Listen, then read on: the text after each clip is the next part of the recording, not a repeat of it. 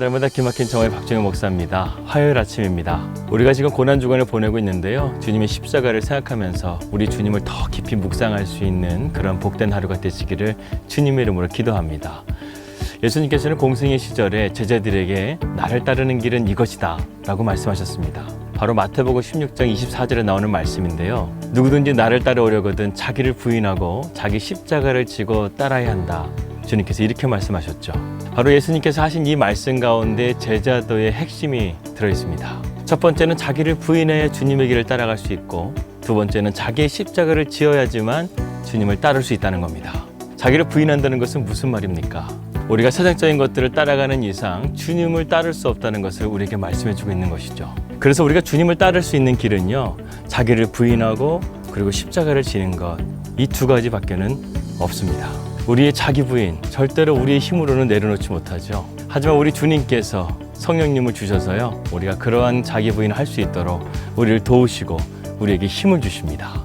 우리가 자기를 부인하고 십자가를 걸어가는 그 길에 들어설 수 있다고 한다면요, 우리는 신앙의 다른 차원에 들어갈 수가 있죠. 하나님의 말씀이 이해가 되기 시작하고 내 안에 기쁨이 넘치게 되고 나의 삶의 모든 것들이 하나님의 은혜와 섭리 안에서 해석되어지는 것, 이러한 삶의 기적을 우리는 경험하게 됩니다.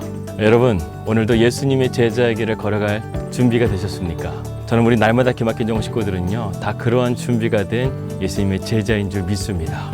2020년 4월 7일 날마다 기막힌 정오 시작합니다.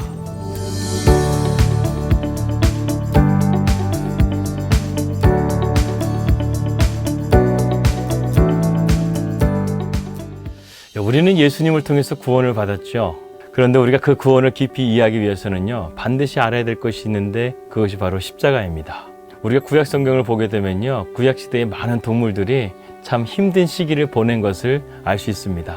동물들은 인간의 종교적인 제사에 제물로 드리기 위해서요, 많은 도륙을 당해야 됐고 많은 피를 흘렸습니다. 오늘날 동물보호단체가 이것을 알게 되면 정말 난리가 났을 텐데 말이죠. 고대 시대에는요, 이런 희생제사가 원래부터 있었습니다. 그런데 하나님께서는요, 이런 희생제사를 말하면서요, 그런 세상적인 희생제사와 조금은 다른 의미에서의 희생제사를 이스라엘 백성들에게 말씀해 주셨습니다. 고대 시대의 희생제사는요, 신에게 드리는 제사였습니다.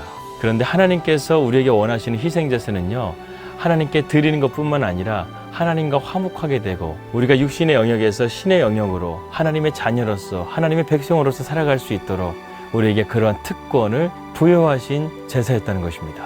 다시 말해서 희생제사는요, 우리가 땅에 속한 자가 아니라 하늘에 속한 자라는 것을 말하고 있는 것이죠. 우리가 하나님과 화목하기 위해서는요, 이런 희생제사에 대한 정신을 잘 기억해야 됩니다. 희생제사의 정신은요, 세 가지가 있습니다. 첫 번째는 하나님은 이 세상에 유일하신 참 하나님이시라는 것. 두 번째로는 하나님께서는요, 사랑할 대상을 위해서 이 인류를 창조하셨다는 것. 그리고 세 번째로는요, 그 하나님께서 창조하신 피조물 중에 가장 하나님께서 사랑하신 인간이 잘못된 죄를 저지르게 된 것입니다. 그러나 하나님께서는요, 인자와 자비를 베풀어 주셔서 우리 인류를 향한 그 위대한 구원의 계획을 준비하셨죠. 그것이 바로 십자가였습니다. 그래서 신학적으로 볼 때 구약의 희생제사는요, 신약의 그리스도를 예표하는 그림자라고 말씀하고 있습니다. 우리가 십자가에 대해서 묵상하는 고난주간을 보내고 있습니다. 우리가 십자가를 통해서 제일 먼저 바라봐야 될 것이 바로 무엇이냐면 우리의 죄성입니다. 우리 안에 있는 그런 죄성들이 하나님께 나아가지 못하는 걸림돌이 되게 하고 우리를 무너지게 하고 우리를 절망하게 하는 것입니다. 하나님께서는 이 문제를 해결하시기 위해서 당신의 독생자 예수 그리스도를 우리에게 보내주셨죠.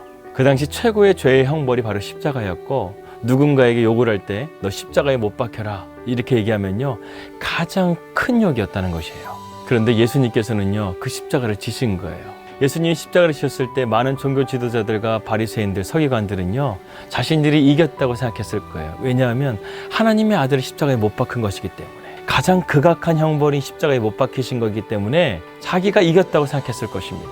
그런데 그것이 아니에요. 바울은 골로새서 2장 13절에서 15절 말씀에 이렇게 말씀하고 있습니다. 하나님이 그와 함께 살리시고 우리의 모든 죄를 사하시고 우리를 거스리고 불리하게 하는 법조문으로 쓴 중서를 지우시고 제하여 버리사 십자가에 못 박으시고 통치자들의 권세들을 무력화하고 드러내어 구경거리로 삼으시고 십자가로 그들을 이기셨느니라. 예수님께서는요, 이 십자가를 통해서 모든 죄를 도말하셨다는 거예요. 모든 죄의 힘을 무력화시켰다는 거예요. 다시 말해서 이 죄의 근원인 마귀 사탄을 패배시켰다는 것입니다. 그렇다고 한다면 예수님께서 승리하신 이 십자가의 능력이 과연 어떤 것이었을까요? 우리는 세상적으로 바라볼 때 누군가를 제압하기 위해서는 강력한 힘이 있어야 된다고 생각합니다. 물리적인 어떤 것이 있어야지만 그 사람을 제압할 수 있을 것이라고 생각합니다. 그런데 주님은요, 우리의 이성을 뛰어넘었어요. 주님은 십자가를 통한 자기 희생을 통해서요, 사랑과 용서의 힘을 가지고요, 이 모든 것들을 이기신 것입니다. 이 용서와 사랑의 힘을 통해서요, 우리를 힘들게 하는 이 악의 힘, 이 죄의 힘, 이 미움의 힘, 이러한 것들을 패배시켰다는 것이죠. 주님은 세상 사람들이 최고의 형벌이라고 하는 그 십자가를 지심을 통해서요, 마귀의 전략이 철저하게 무너지게 만드시고, 마귀가 정말로 하나님 앞에 그 어떤 말도 할 수 없는 하나님의 그 크신 사랑과 은혜를 나타낼 수 있는 하나님의 의를 나타내신 것이었습니다. 그래서 저는요, 주님이 십자가 앞에서 직면했었을 때, 그 문제 앞에 있었을 때 가장 힘들었던 시기가 어느 때였을까? 바로 겟세마네 동산에서 하나님께 기도했던 시간이 아니었을까 생각이 듭니다. 그 순간만큼은 십자가가 주님도 두려우셨던 것 같아요. 이 세상에 수만 가지 우리 인류의 죄를 짊어지는 것 자체가 얼마나 그 짐이 무겁겠습니까? 그 십자가는 형벌이 얼마나 두려운 것입니까? 주님도 그 두려움과 아픔을 아시는 분이셔요. 여러분, 세상에 가장 무서운 사람이 죽기 살기로 덤벼드는 사람 아닙니까? 이미 주님은요, 겟세마네 동산에서 죽기로 결심했습니다. 그렇기 때문에 더 이상 십자가가 그분에게 두려움의 대상이 아닌 거예요. 아마도 주님께서 십자가를 맞이했을 때 이렇게 계속해서 선포하면서 기도하지 않으셨을까 하는 생각이 듭니다. 죄야, 두려움아, 미움아, 어디 내 마음대로 해봐라. 내 놈들이 아무리 날뛰어도 나는 이 사랑을 멈추지 않을 것이다. 나는 용서를 멈추지 않을 것이다. 나는 내 사랑하는 자녀들의 고통을 외면하지 않을 것이다. 나는 이제 십자가를 통해 그들을 구원할 것이고, 그들 안에 들어가서 너 죄가 내 자녀를 더 이상 해하지 못하도록 내가 지키고 인도할 것이다. 고통을 흡수하는 내 능력은 고통을 가하는 내 능력보다 크다는 사실을 너는 기억해야 한다.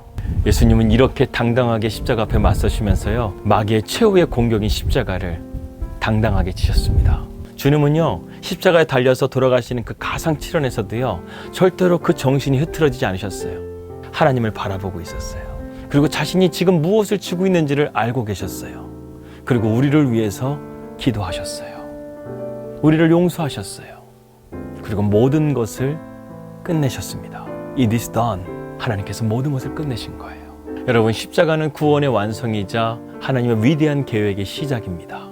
하나님의 그 십자가의 사건은 거기서 끝나지 않고 2000년이 지나는 시간 동안에 우리의 삶 가운데 살아있어서 그 십자가가 나의 십자가가 되게 하시고, 또 그 십자가를 받은 자가 예수님의 제자가 되어서 자기를 부인하고 십자가를 따름을 통해서 또 다른 십자가를 낳게 되고, 이 세상에 십자가의 능력으로 어둠의 권세가 해하지 못하는 그런 하나님의 교회, 하나님의 백성들을 세워갔던 것입니다. 그런데 말이죠, 오늘날 십자가의 능력이 점점 갈수록 잃어가는 것 같습니다. 우리도 세상 사람들처럼 불안해하고 절망해하고 힘겨운 삶을 살아가는 것 같습니다.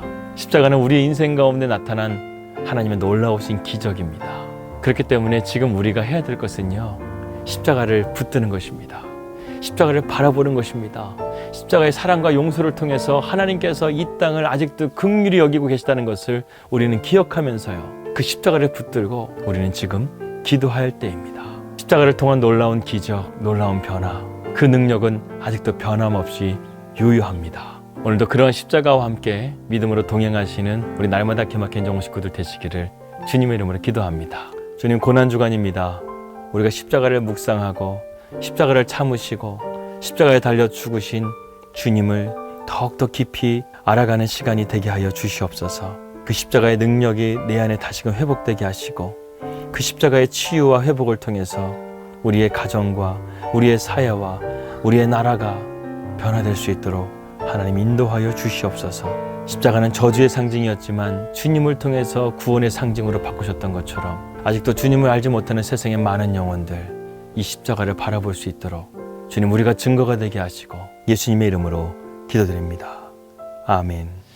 오늘의 기도 제목입니다. 이거 뉴질랜드 땅 가운데 성령의 새바람이 불도록 기도해 주시고요. 그리고 저희 가정이 이거 뉴질랜드 땅 가운데 잘 안착하고 또 십자가를 붙들고, 또 우리가 이 땅 가운데 십자가의 증거를 붙들고 십자가를 이 땅 가운데 꽂을 수 있도록 기도해 주시길 바라겠습니다.